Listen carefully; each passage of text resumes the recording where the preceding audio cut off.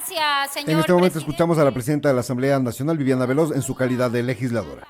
Intervención porque hemos expuesto este tema ya en nuestro semanal legislativo en el que la Asamblea Nacional a través de la presidencia informa el día a día de la legislatura, se lo ha informado también en nuestros comunicados y la academia, que se escuche bien, la academia, los constitucionalistas de renombre de este país le están dando la razón a la Asamblea Nacional.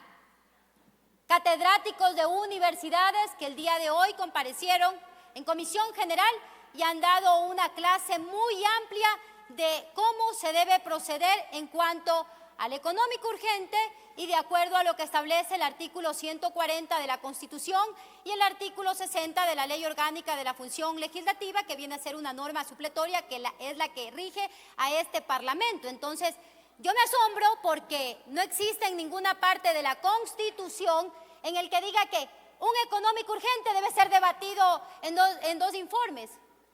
¿En qué parte? Que me digan en qué parte, en qué artículo dice de la Constitución que el económico urgente tiene obligatoriedad de 2 debates. En ninguna parte. El 140, porque nos gusta leer solo lo que nos conviene, el 140 dice lo siguiente: el trámite para la presentación, el segundo párrafo, el trámite para la presentación, discusión y aprobación de estos proyectos será el ordinario, excepto en cuanto a los plazos anteriormente establecidos. ¿Cuáles son los plazos? 30 días para un económico urgente. Entonces se entiende que la legislatura debe pronunciarse dentro de esos 30 días. ¿Qué nos dice el artículo 60?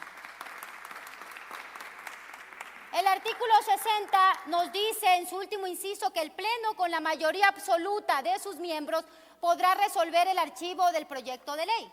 Y les clarifico, ¿por qué el Pleno puede resolver en primer debate? Porque si esta legislatura, y no es la primera vez, desde el 2014 se han archivado más de 52 proyectos de ley, si este Pleno resuelve que ese proyecto es inoficioso, inconstitucional, que quiere cargar más tributos y que carece incluso de fuerza, de unidad de la materia, este Pleno tiene toda la potestad de archivarlo en primer debate por economía de procedimiento parlamentario. Ahora bien, si el presidente de la República tenía alguna duda, lo correcto era que acuda ante el máximo intérprete, garante y defensor de la Constitución, a la Corte Constitucional, y presente una acción de inconstitucionalidad. Pero no lo hizo, porque no tiene la razón. La fuerza de la verdad y del derecho la tiene esta legislatura, que aprobó negar y archivar ese proyecto de ley para defender el bolsillo de las familias ecuatorianas. ¿Hasta cuándo le van a cargar más tributos a la gente? Tengan piedad. La gente afuera se nos muere de hambre, la gente afuera no tiene medicinas, han incrementado el IVA y no hay medicinas, no se pagan las dializadoras, no se pagan los pacientes a Solca para que reciban el procedimiento oncológico. No hay seguridad, esa es la realidad que cada día nos está estallando en la cara, pero no, aquí se pretende seguir cargando de impuestos a la gente pobre y a la clase media de este país. Ahora bien, dicen que no procede. Entonces yo les pregunto, ¿por qué el presidente Noboa, al que ustedes representan como bancada oficialista, votó por el archivo del proyecto de ley equidad tributaria en primer debate con fecha 10 de agosto del 2022, si no se podía? ¿Por qué, si no se podía, el presidente votó? Él era legislador y él debe saber que no se puede presentar un decreto ley cuando este ha sido negado y archivado. No se puede presentar un decreto ley.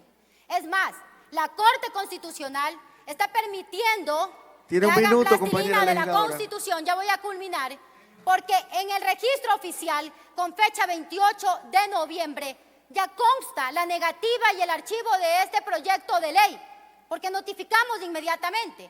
Pero el registro oficial se ha prestado para esta leguleyada jurídica y ha promulgado también con fecha 10 de diciembre este decreto ley al que la Asamblea Nacional va a presentar una acción de inconstitucionalidad y vamos a solicitar, que se escuche bien, una medida cautelar para que esos tributos queden suspendidos. No vamos a seguir permitiendo que ustedes le metan la mano al bolsillo de las familias ecuatorianas. No lo vamos a permitir.